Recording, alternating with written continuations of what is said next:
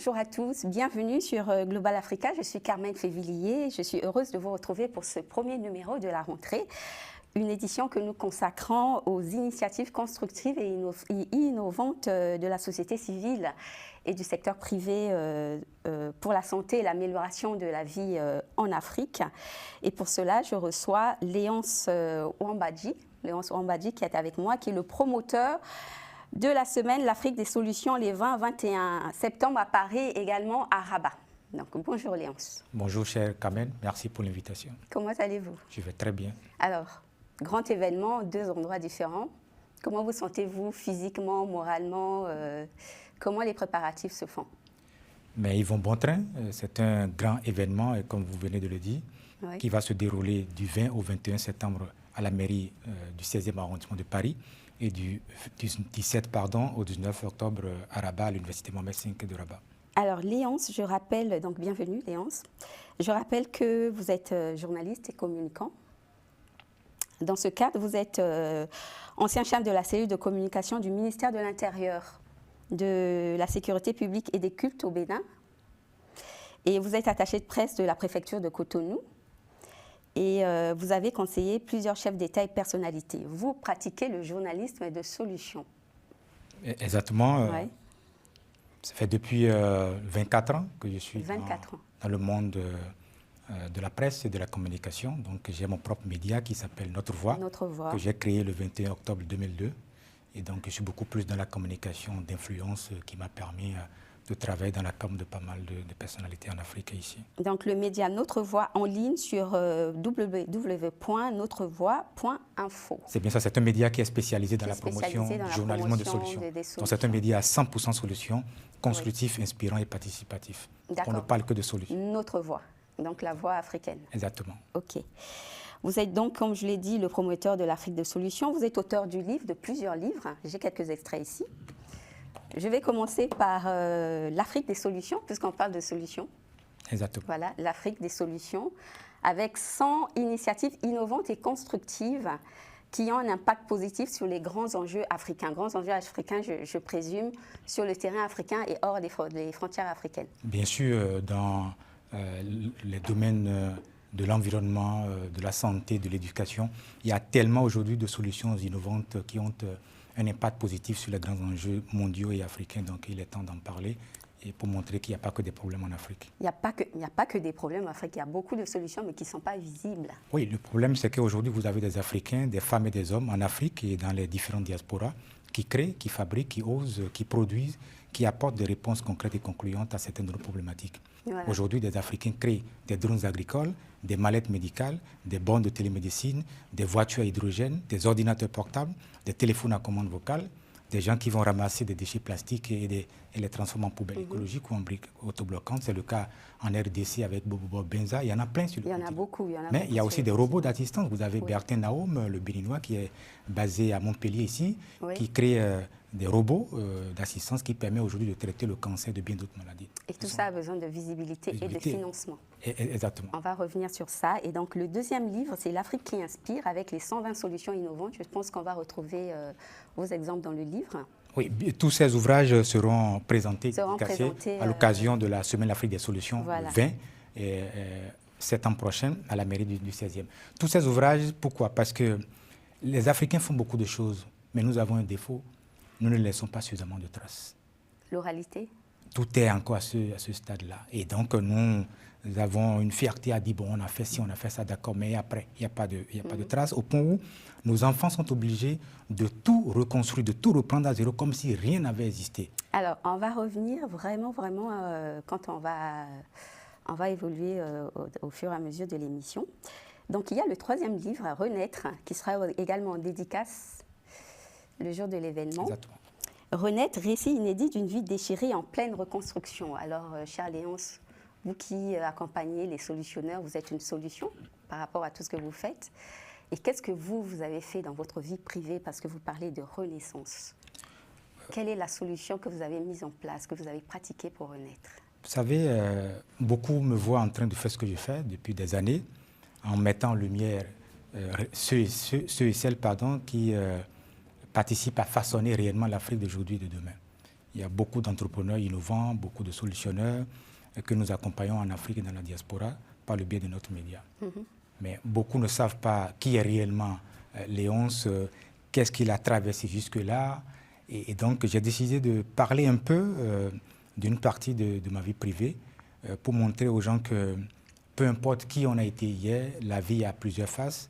Ouais. Il y a des moments où elle vous montre sa première face, il y a aussi des moments où elle vous montre sa deuxième face. Voilà. Et donc, Léonce est un homme qui a traversé pas mal d'épreuves, pas mal de difficultés. J'ai connu des échecs dans ma vie. Évidemment, il faut des échecs. Exactement, j'en ai connu beaucoup. J'ai traversé beaucoup d'épreuves douloureuses. Et si je suis encore debout aujourd'hui, c'est parce que j'ai su faire preuve de beaucoup de résilience. Et donc, j'ai décidé de partager cette partie de ma vie pour donner envie d'agir au plus grand nombre, pour dire aux gens, il y en a qui ont vécu pire que ce que j'ai vécu. Et donc, je suis encore en vie et je rends grâce à Dieu Tout-Puissant. Et je tente de faire passer ce message surtout aux jeunes pour qu'ils comprennent que chacun est appelé à un moment ou à un autre à faire face à des difficultés, mais ce n'est pas ça le plus important. Le plus important, c'est se relever, c'est de ne jamais abandonner, jamais lâcher et d'aller jusqu'au bout. Jusqu'au bout. Ouais. Et je vois qu'il y a des témoignages de personnalités. Et la question que je voulais vous poser, c'est est-ce que ces personnalités aussi ont un point commun avec les épreuves, le cycle épreuve, reconstruction pas toutes. Il y en a qui m'ont vu grandir, il y en a qui m'ont vu faire. Je laisse le soin à ceux qui seront à l'événement le 20 septembre prochain pour découvrir le contenu. Donc c'est un témoignage pour montrer ce chemin, ce parcours que nous avons pu bâtir en 24 ans d'expérience professionnelle. Ouais. Ouais. Et donc, on va revenir sur l'événement. C'est donc la deuxième édition de la semaine l'Afrique Solutions. Le thème « Médias et entrepreneurs, accélérateurs de solutions pour l'atteinte des objectifs de développement durable ». Médias et entrepreneurs. Dans entrepreneurs, on peut mettre secteur privé, on peut mettre la société civile aussi. Hein. Bien sûr. D'accord. Et donc, comme je l'ai dit au début, 20 et 21 à Paris, septembre, 17 au 19 octobre à Rabat et à Casablanca au Maroc. Bon, on a retenu Rabat, donc tout va se dérouler à Rabat, à l'Université Mohamed V. D'accord. Rabat, ouais. Alors, je ne vais pas vous poser la question, est-ce une rencontre de plus? On vous l'a trop posée.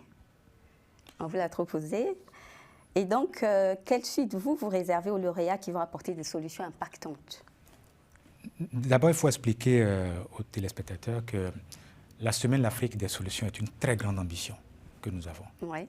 Ce n'est pas de l'événementiel pour de l'événementiel, c'est un événement purement professionnel qui s'inscrit vraiment. Parce qu'aujourd'hui, les gens sont fatigués des conférences, les gens sont fatigués des sommets, c'est les mêmes figures qui sont partout. Les gens, ils ont envie qu'on leur propose quelque chose. Par des personnes qui connaissent et qui pratiquent l'Afrique. Et donc, ça s'inscrit dans le cadre de la promotion du journalisme de solutions en Afrique et dans le monde. Et en Afrique, nous sommes les pionniers où chaque année, nous formons 50 journalistes africains au journalisme de solutions. Nous sommes partis d'un constat simple, cher Carmen. Oui. Il y a tellement de conférences aujourd'hui et la plupart n'évoquent que des sujets problématiques quand il s'agit de l'Afrique.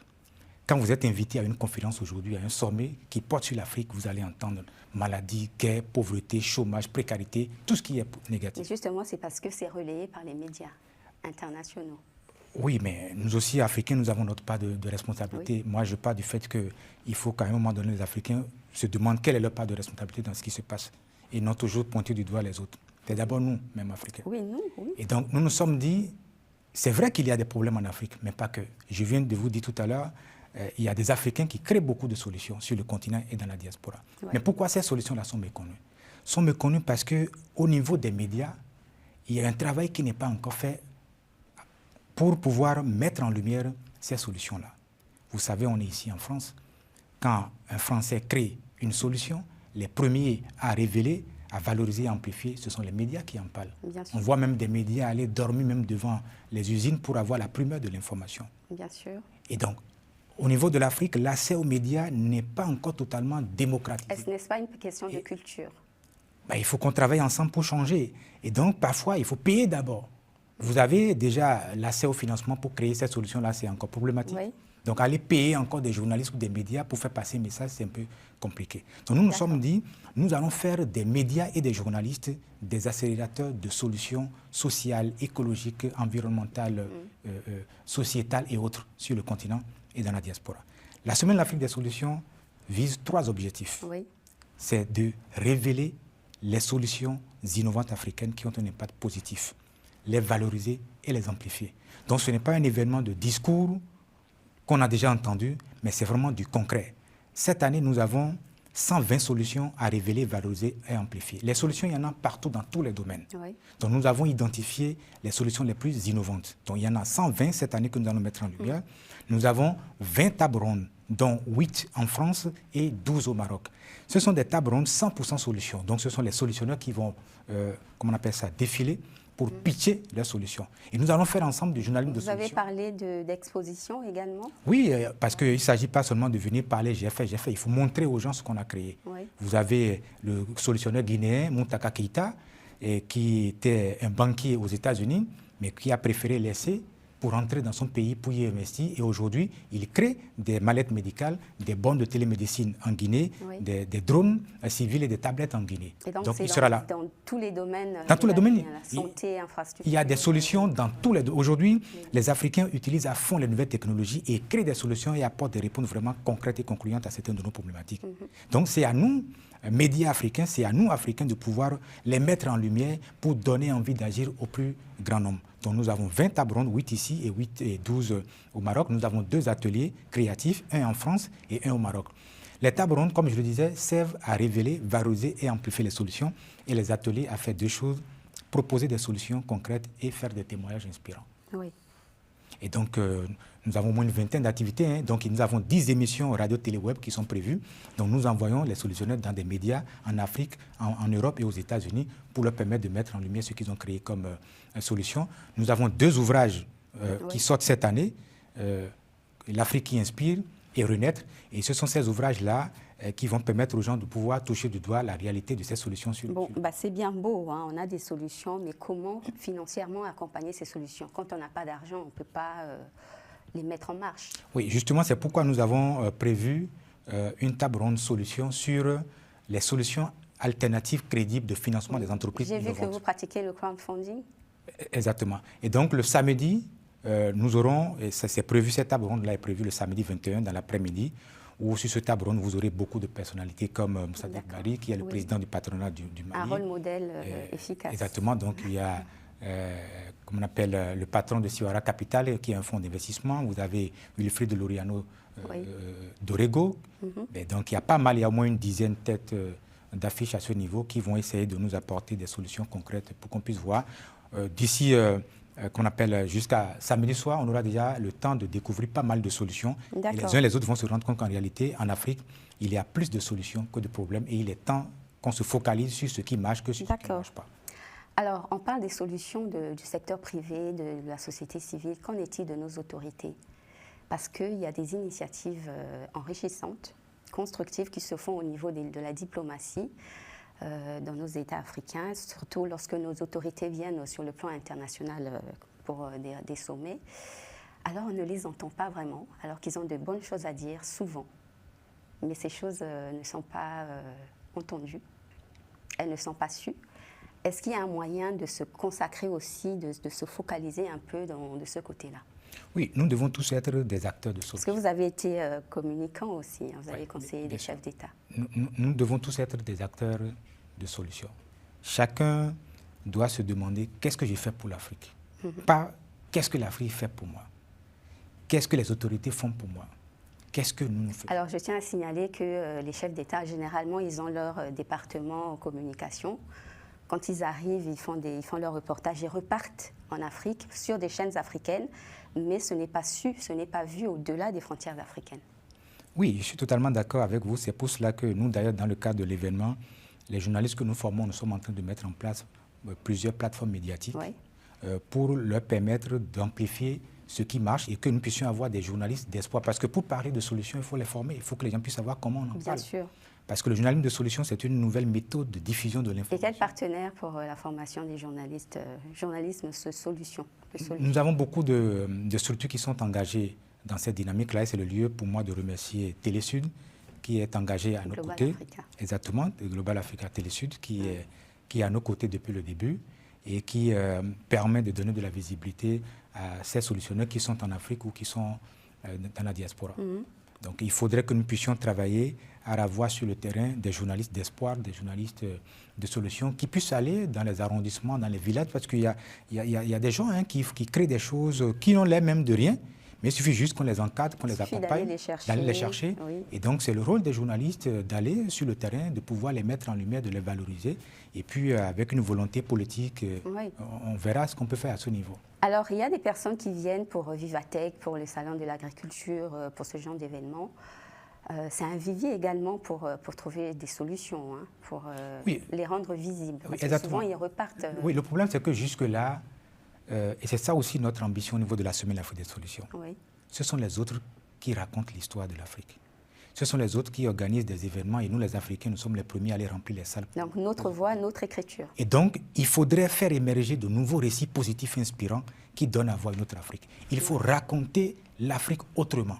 Oui. Et il faut le faire avec tout le monde, qu'on soit africain ou non. Il y a des gens qui ne sont pas des Africains, mais qui aiment même voir l'Afrique plus que parfois certains d'entre nous. Et donc, ce n'est pas un événement entre Africains, c'est un événement qui concerne tout le monde, qu'on soit africain ou non. Mais au niveau des récits, il faudrait que ces récits soient, comme on appelle, créés, fabriqués par d'abord les Africains eux-mêmes. Et que si nous avons des activités de ce genre, que les Africains puissent se mobiliser autour de cela pour venir découvrir vraiment les potentialités que nous avons sur le terrain. Et avec ça, moi j'ai un exemple partant, il y a une sœur centrafricaine qui a 41 ans aujourd'hui. Elle n'avait jamais mis pied en Afrique et tout ce qu'elle entendait de l'Afrique, là, ça lui faisait peur. Et l'année dernière, elle avait tout fait pour me voir. J'étais dans l'organisation de l'événement. On s'est vu juste après l'événement. Et à la fin de nos échanges, je lui ai donné le livre « L'Afrique des solutions ». Quand elle a lu, elle a dit « ce n'est pas vrai, il n'y a pas autant de solutions là-bas que ce n'est pas vrai ». Et dans le livre, vous avez une partie annexe où vous avez le numéro de téléphone des solutionneurs, vous avez les sites internet. Vous pouvez même vous-même aller enquêter pour savoir que ça existe. Quand elle a fait ça, elle s'est rendue compte que ça existe. Alors, je vous parle de cette dame depuis 3 mois. Elle est en Centrafrique pour investir dans l'agroalimentaire. Alors, ce que vous dites, en fait, je pense à une autre question. On parle des solutionneurs, donc des inventeurs, hein, on peut le dire comme ça, aujourd'hui. Et qu'en est-il des inventeurs des temps anciens, d'avant, aujourd'hui, d'hier? Il y a des Africains qui ont contribué justement à l'épanouissement de l'ère moderne. Hein, et ces inventions ne sont pas sues. Alors, c'était dû à quoi et comment faire pour essayer de récupérer les solutionneurs d'avant, d'hier? C'est ce que je disais tout à l'heure, que nous ne laissons pas de traces. Ouais. Comment y remédier, justement? Prenez 10 Africains aujourd'hui, vous leur demandez qui vous inspire, ils ne vous donneront aucun nom africain. Ils vont vous donner des noms qu'ils voient dans les films Netflix ou Hollywood. Et c'est pour éviter ça que nous nous proposons chaque année d'éditer des ouvrages 100% solutions. Voilà, à quand les ouvrages? Et donc, ces ouvrages, on les met à la disposition de nos enfants dans les écoles, lycées, collèges, universités, pour que les enfants puissent découvrir ces solutionneurs, ces innovations, pour que demain, quand on va leur poser cette question-là, facilement, ils pourront dire « Ah, c'est telle personne qui est africain, qui crée des solutions, qui apporte des réponses à leurs problématiques, qui m'inspire. » Donc c'est déjà un début de solution. Un début de solution. Mais qu'est-ce qu'on fait pour les inventeurs d'hier? Les d'hier, il faut écrire, il faut laisser des traces, il faut écrire. Il faut réaliser des reportages sur ce qu'ils ont fait. C'est pour cela que nous formons les journalistes, 50 par an, sur le journalisme de solution. C'est le rôle des médias de diffuser des connaissances à impact positif. De faire des recherches. Donc de faire des recherches. Aujourd'hui, au niveau de nos productions en Afrique, au niveau des médias, il y a des médias qui font des efforts, il faut le reconnaître. Mais nous avons encore un travail sérieux à faire au niveau de la production, au niveau des contenus. Donc il faut encourager les médias, encourager les journalistes à aller sur le terrain, à réaliser des reportages constructifs, des reportages d'impact, pas seulement des reportages politiques ou des comptes rendus à longueur de journée. Et donc c'est ce travail que nous essayons de faire avec tous ceux qui sont engagés dans cette dynamique nouvelle pour bâtir cette Afrique nouvelle, cette Afrique des solutions qui est notre grande ambition. D'accord. Et est-ce que ces inventions, ça reste en Afrique ou c'est voué, vous préconisez que ça... L'avantage est que ça aille au-delà des frontières. Oui, une chose est de créer ces solutions. Pour la reconnaissance. Exactement. Mais l'autre chose, c'est de pouvoir les protéger. Oui. Parce qu'il y a des gens qui ont créé, nous avons prévu ça au niveau, oui, bien sûr. à en parler lors de l'événement, parce qu'il y a beaucoup qui ont créé des solutions et ils se sont fait voler, Voler. ou ils sont même devant les tribunaux pour Ouais. la paternité. Donc il faut qu'on essaie de voir quelles sont les solutions pérennes de sécurisation. Tout ça, de ça va protection. dans l'accompagnement. Exactement, de ces solutions-là. Parce qu'une fois que ça quitte nos pays et que ça va au niveau de l'international, les normes, les réglementations ne sont plus les mêmes. Donc il faut voir comment on accompagne ces jeunes-là pour d'abord créer, développer davantage ces solutions, surtout les sécuriser. D'accord. Est-ce que vous avez un dernier mot? Quelque chose à Le dernier mot, c'est d'abord vous remercier pour l'invitation et remercier Global Africa pour son engagement à nos côtés et inviter tous les Africains et tous les amis de l'Afrique à nous rejoindre du vendredi 20 au samedi 21 septembre prochain à la mairie du 16e arrondissement de Paris à 9h pour participer à la deuxième édition de la semaine L'Afrique des solutions, qui est le premier grand événement mondial 100% solutions constructives, la deuxième édition et dédié à l'Afrique. Ouais. Et Casablanca, Maroc, au Maroc, oui, c'était... Au niveau du Maroc, ça va se dérouler... Quelle est la différence avec... C'est deux programmes différents pour le même événement. Comme je le disais, nous aimons relever de grands défis et nous nous sommes dit, on l'organise en France. Oui. Et nous avons aussi des solutionnaires qui sont en Afrique et qui n'ont pas les moyens de se déplacer pour venir ici en France. Notamment des problèmes de visa. Oui, il y a toutes sortes de problèmes. Et donc nous allons pouvoir donner l'occasion à nos frères, à nos sœurs, qui sont en Afrique et qui n'ont pas les moyens, mais qui essaient quand même de faire des choses concrètes pour faire bouger le continent, faire bouger leur pays, de pouvoir participer à cet événement au niveau du monde. D'accord. Donc le contenu, ce n'est pas le même. Il y a un programme particulier pour la France et un programme particulier pour le Maroc. D'accord. Et donc, en début d'émission, j'ai dit une rencontre de plus. Je l'ai... En fait, je l'ai mis en fin d'émission, si vous le voulez bien. Alors, je vous repose cette question. Pourquoi cette rencontre? Il y en a beaucoup. Hein. On assiste à beaucoup de réunions, de rencontres, de conférences sur l'Afrique. C'est vrai qu'il y a des conférences aussi qui apportent des solutions.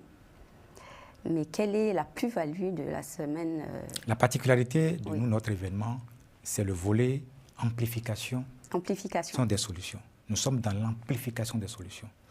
Ce qui nous intéresse, nous, ce n'est même pas pour proposer des solutions, parce qu'on propose là où il n'y a rien. Or, nous sommes en train de dire qu'il y en a déjà beaucoup. Okay. Donc, c'est de pouvoir mettre en lumière l'existant, pour montrer aux gens que l'Afrique n'est pas un continent de problèmes, que c'est un continent d'espoir, de solutions et d'opportunités. Donc, c'est du concret. Et donc, ce n'est pas un événement de discours, c'est que c'est ceux qui ont créé.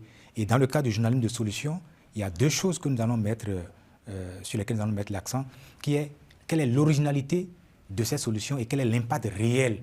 Parce qu'il y a beaucoup qui font du bruit, mais derrière, il n'y a pas grand-chose. Donc nous essayons, avec notre comité scientifique, de voir l'originalité des solutions développées par les solutionneurs, les inventeurs, les créateurs et autres acteurs de la société civile qui font des choses extraordinaires sur le terrain. Et aussi, quel est l'impact. Je vais vous donner un exemple simple. Vous prenez la ville de Kinshasa, en RDC, vous avez un jeune qui s'appelle Bobo Benza, qui va aller ramasser les déchets plastiques et les transformer en poubelles écologiques et autobloquants. Oui. Supposons qu'en 2023, il y avait, c'est un exemple que je donne, il y avait peut-être 10 000 tonnes de déchets dans les rues. Et que par son action citoyenne, nous sommes aujourd'hui peut-être à 1 000 tonnes. Oui. Ça veut dire qu'il y a un impact. Il y avait 10 000 tonnes et du fait de son action, de 2023 à 2024, nous sommes passés à 1 000 tonnes. C'est parce qu'il va ramasser ces déchets et il les transforme en poubelles écologiques. Donc il participe à la protection de l'environnement. Si nous amplifions cette action, imaginons qu'on a des gens, des personnes comme lui, dans d'autres pays en Afrique qui commencent à s'inspirer de ce qu'il a fait. Est-ce que cet inventeur sera à Paris ou Il sera bel et bien là, oui. Il sera bel et bien là, ici et aussi comment on appelle ça, au Maroc, pour pouvoir mettre en lumière cette solution qui s'appelle Poubol, qu'il a développée. Et nous l'avons aussi accompagné à participer à beaucoup d'émissions, que ce soit ici, et vous pouvez le retrouver sur les réseaux sociaux, sur RFI et puis d'autres médias au Congo, et ici en Guinée, et ici en France également, pour essayer de lui donner la force au niveau de la visibilité. D'accord. Alors, je pensais que vous aviez encore autre chose à ajouter, non? Non, si j'ai autre chose à ajouter par rapport au niveau du programme. Je disais tout à l'heure que cette année, nous avons 120 solutions à révéler. Nous avons 20 tables rondes. Mais les tables rondes, ce n'est pas des tables rondes de bavardage, c'est des tables rondes solutions. Il faut vraiment faire attention aux mots que nous utilisons. C'est des tables rondes solutions. Et donc, c'est les solutionneurs qui viennent qu'on appelle intervenir pour pitcher pour leurs parler, solutions. pour parler de leurs difficultés, comment avancer, comment non, se faire pas ça. financer. Non, pas ça. Pas ça. Parce que si on fait ça, ça veut dire qu'on fait Alors, si un comme tout le monde. solutionneur arrive sur une table ronde, S'il vient, il y a deux choses qui intéressent les gens. qu'est-ce qu'il va dire, le solutionneur? Il y a deux choses qui intéressent les gens. Quelle est sa solution? Oui. Ça répond ensuite, à quelle problématique? Et ensuite? Quelle est l'originalité? Quel est l'impact? Et comment l'accompagner? Comment le financer? Ça, on comment verra le ça protéger? au niveau des solutions alternatives de financement des entreprises. Mais ce qui intéresse les gens, d'abord, c'est l'originalité de cette solution-là. Celui qui a créé une mallette médicale, des bornes de télémédecine, un ordinateur portable ou bien un téléphone à commande vocale, ce qui intéresse les gens tout de suite, c'est quelle est la nature de cette solution. Alors, il y a des investisseurs qui sont dans la salle. Oui, cette année, nous avons mobilisé 10 fonds d'investissement, dont Siwara Capital, qui aident beaucoup, qui financent beaucoup les startups en Afrique, dans pas mal de pays comme le Sénégal et le Mali également. Donc nous avons décidé de faire déplacer ces fonds d'investissement pour qu'ensemble nous puissions voir de façon concrète, pas des engagements non tenus, mais de façon concrète, on essaie de voir comment on accompagne ces jeunes-là qui utilisent à fond les nouvelles technologies et qui créent des solutions. Parce qu'il y a des solutions qui méritent pas grand-chose, qui ne nécessitent pas grand-chose, mais le minimum pour pouvoir être développé davantage et être protégé. Bien sûr, très bien. Je rappelle donc vos ouvrages de Léance Oumbadji, Renaître, récit inédit d'une vie déchirée en pleine reconstruction. Et ensuite, l'Afrique qui inspire, 120 solutions innovantes et initiatives constructives qui font bouger le continent et le monde, voilà. Et l'Afrique des solutions sans initiatives innovantes et constructives qui ont un impact positif sur les grands enjeux africains. Et donc les 3 bouquins, les 3 livres, vous les aurez en dédicace le 21 et le 20 et le 21 septembre. Voilà, en la mairie du 6e arrondissement. 16e. Chaque année, l'événement aussi a une dimension pédagogique. Oui. Donc chaque année, nous identifions ces solutions. Et comme je le disais, nous allons chaque année sortir des ouvrages 100% solutions et tout le monde peut les avoir. Et de sorte que, à commencer par les Africains, ils vont se rendre compte que réellement, nous avons énormément de solutions. Et c'est eux-mêmes qui vont, amplifier ces solutions qui existent. C'est pour ça que nous avons prévu cette année 500 ambassadeurs de solutions. 500 ambassadeurs de solutions, oui. Pourquoi ces ambassadeurs de solutions? Parce que si on veut raconter l'Afrique autrement, si on veut faire émerger de nouveaux récits positifs, ce sont des témoignages. Il faut que ce n'est pas une affaire de 2 ou 3 personnes, il faut qu'on soit nombreux. Pour vous raconter la petite histoire qui explique la naissance de cet événement, j'avais été invité à une conférence ici à Paris. Il y avait près de 300 personnes dans la salle. La conférence a duré environ 3 heures. Le conférencier a pris 2h55 minutes pour dire l'Afrique, c'est l'immigration, c'est maladie, c'est ça. Ça, c'est démodé, ça. Là. Et les 5 dernières minutes ont été utilisées par la modératrice pour dire, le tableau peint est noir, mais il y a de l'espoir. J'espère qu'on aura le temps d'en parler. Et j'ai levé le doigt et dit non, on n'aura jamais ce temps. J'ai proposé une solution. J'ai dit, écoutez, et si on utilisait les 5 dernières minutes pour parler des problèmes africains et les 2h55 minutes pour montrer ce qui marche, tonner d'applaudissements dans la salle. Donc, et cette fois, il y aura beaucoup plus de temps pour parler de solutions que de... Exactement. C'est notre ambition, c'est de beaucoup plus mettre en lumière ces solutionnaires, ces femmes et ces hommes qui créent beaucoup de solutions sur le continent. Il faut qu'on en parle pour que les gens comprennent que l'Afrique d'aujourd'hui n'est pas celle d'hier et qu'il y a une dynamique positive en cours sur le continent pour faire de l'Afrique vraiment un continent de solutions, d'espoir, d'opportunités. C'est déjà un continent de solutions, il faut rendre visible. Il faut rendre visible, c'est bien ça. Voilà. Et donc, merci, chers confrères, merci Léance. Et donc, je donne rendez-vous aux téléspectateurs en la mairie du 6e arrondissement. Le 16e, pardon.